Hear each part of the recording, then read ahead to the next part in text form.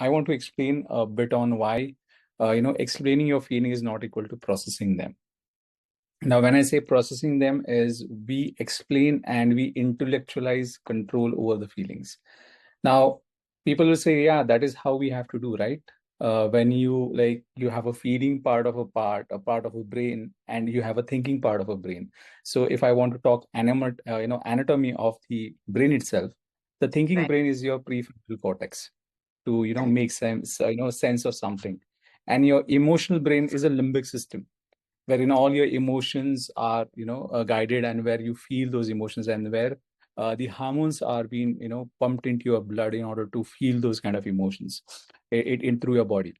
And which are we really don't process this as much as possible, because if we are feeling anxiety, we make sure that we are distracting ourselves into our mobile phones. If we are feeling anxiety, we would go for antidepressants. If we are feeling certain kind of tension in our body, we try to vent it out in some other way. But let's take an example, in our regular corporate offices, when we feel like I'm feeling anxiety because my boss ignored me. So what happens over here, that I feel anxiety. Okay, what we say, you have named it and linked it to an event, but your body is still tight. Your stomach feels that knot, or you replay it all day. You Right. intellectualize it, like I'm feeling anxious, but your body has the score of it. Okay, so you understand the emotion, but you haven't released it.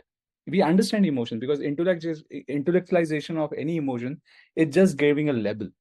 And when you give a label, most of the time what happens, we if you give a label and then what we say, yes, that's it, that's my work is done, and let me just get diverted to something else, and the body is still into that particular phase.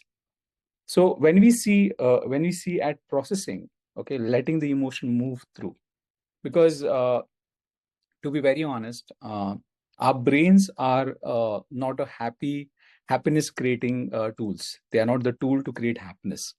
Brain is a kind of a radar system. The brain has been designed in such a way that it would assure your survival. It is not going to assure you, are you happy or not? Happiness is the outcome of what you try to achieve and what has been given to you, or your senses, what they feel. But when we look at our brain as the master, or when we go with the problem, when we see emotion as a problem, that is the main problem. So what your brain does, it started looking at emotion as a problem and start solving it. This is where the actual processing doesn't happen. It is just a loop that you create, the intellectual loop.